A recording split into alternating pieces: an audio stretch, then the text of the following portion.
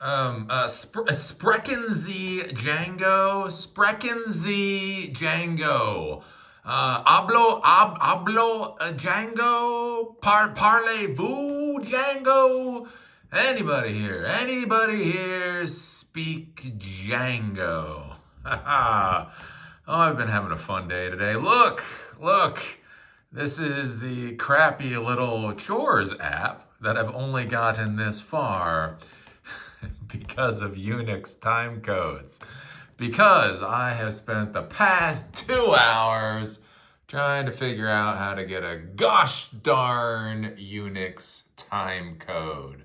And this is why people like to find like one standardized programming language and stick with it. Again, whether you use a Python stack, whether you use the JavaScript stack, Node.js, so on and so forth. Because the big issue you run into is you know exactly what you want. You know exactly what you want. Just literally don't know how to say it. And Django's documentation is truly garbage. Truly garbage. I am impressed. I am so impressed with how bad Django documentation is. So anyways, this is a little chores app that I've been creating. Again, one of the big things if you're going to be learning technology or a programming language is try to figure out a problem to solve. Even if you have to pull a problem out of your buttocks, try to actually build a solution. And again, just to show, that's what I do in the real world, right? So I'm liking Django. Django is the web framework for Python, allows you to build web applications, right, using the Python programming language. And so basically what I've decided my project is going to be is a chore web app. So even when you become an adult, you still have to clean the bathroom. Don't tell the kids, but you actually have to clean the bathroom more when you're an adult. You know, clean the bathrooms and vacuum the floors and do all of that kind of crap. My wife and I get behind on that because, again, just because you're an adult doesn't mean you don't procrastinate, forget about things. So my thought is hey, if I have this platform, if I have this framework to be able to create like database-driven web applications, why don't I create a chore app for my wife and I, right? So we can create chores. We can have a list of chores. We can say how often those chores should be done. Should they be done daily? Should they be done weekly? Should they be done every 6 months? So I have to power wash the deck every 6 months. So I could plug that in here. And then basically the idea is it will list off, so it will track when the last time a chore was done. If the schedule for the chore is longer than a certain point since the last time the chore was done, it will show up in a list. And so we'll have a nice list here. So basically it'll show us the 2, 3, 4, 20 things that we should do. And so I can just wake up in the morning and say, oh, okay, I'll mop the floor today. Or my wife can wake up in the morning and say, okay, I'll scrub the toilet today. And, you know, we can pretend to be adults. And so, you know, so basically we've got this little thing here. I can add a chore. So if I go up here, I can click the add a chore. And so I could do like sweep deck. Then I can say how often I want to sweep the deck. So I can say sweep the deck every 4 days. And then when I hit submit, it goes here, and we now have sweep the deck. So we have a chore list, sweep the deck. And what this is it's seconds. It's seconds. At least in the past, I'll probably continue to do this since I now figured out how to do a Unix timestamp. I like to use seconds. So whenever you're dealing with time in the computer world, there's something called Unix time since epoch. Epoch was 1970 something or othereth. Basically, it's the seconds since that point. Kind of like BC and AD in the Christian world, we have Unix time, which is time since epoch. Anyways, all the computers in the world track up, 1 second every second since epoch.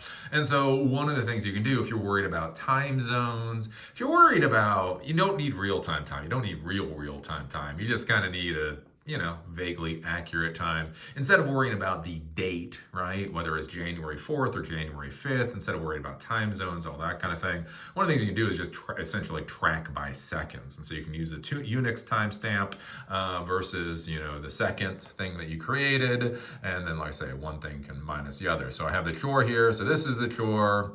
This is the schedule, how often it should be done. I need to turn that into a human readable format. And then we'll be able to edit the chore list here.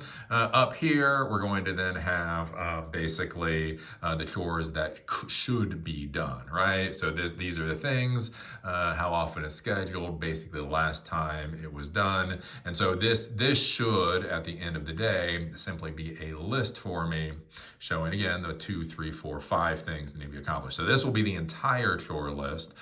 This will be just currently what needs to be done. If I can go up here, and let's say for the sweep deck, what you can see is I can click on the check off.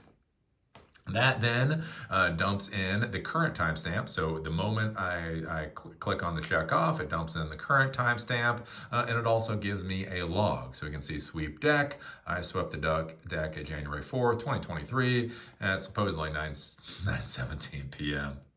That's its own thing. Getting the time working on this computer on the server is a whole different story, right? But basically, where I got caught up today is essentially is just getting this Unix timestamp, right? So what I've been able to get with Python and Django is this very nice human readable timestamp, right? January 4th, 2023, 9:17 p.m., right? That's so pretty. That's pretty. Like a human can read that. The problem is getting a computer to know what that actually means, right? And especially with this whole, how long has it been since I've done one of these chores? So I've been trying to get the Unix timestamp, and I've been having a bear of a time because documentation is just an absolute bugger. And so what I finally figured out, and this is in the template here, is so we have x.last time pipe date : u. Right? So, okay, so let me take this out. So if I take this out, this is what I was dealing with not that long ago. We're gonna do Control S, and so we go here, and what I was dealing with, see, we have that nice human readable. Human readable kind of sucks, right? So if we go back, and I do Control Z, and I Control S, so I save that, that's what then gives me this Unix timecode. So what I could do, basically what I'll be able to do is, so this is the current timecode. So this is what the current timecode is. This is the timecode of the last time I checked off this chore. So what I'll be able to do is I'll subtract this from this, and if it's above this, then I'll print this out on the screen. Aha! So it'll be like if this minus this is greater than this, print here. If not, don't print there. And then it'll go through, and that'll just give me the current list of things that need to be done. And so we'll go from there. The important thing, though, again, to understand, like in the technology world, is it took me a long time to find that.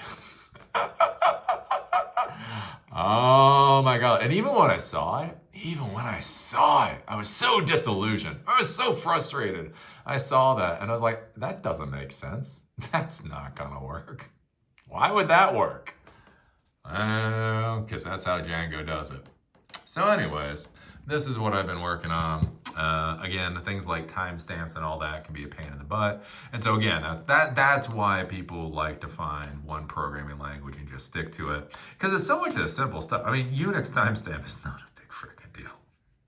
Look, I am willing to look like a gosh darn moron over a lot of stuff in the technology world. I should not look like an idiot over a damn Unix timestamp. But I've been looking like an idiot for the past 2 hours. So anyways, this is the project as it is. So it's Wednesday today. So last Wednesday, I started learning Django. And today, I'm actually building this little web app. That again will actually be useful in my life, and will be a nice little thing to build upon. Because like all this stuff that I'm building here can definitely be reused and built on, going into the future. So anyways, what are your thoughts? What are your thoughts on Unix timestamps? Are you just excited about Unix timestamps? Or do you think Unix timestamps are just so yesterday? Put your thoughts down below. Remember, YouTube doesn't care about the quality of the interaction. They just care about the interaction. Give us a thumbs up or a thumbs down. Leave a comment. Subscribe. Do what you want to do. And I will continue working on my little Django project. See you guys later.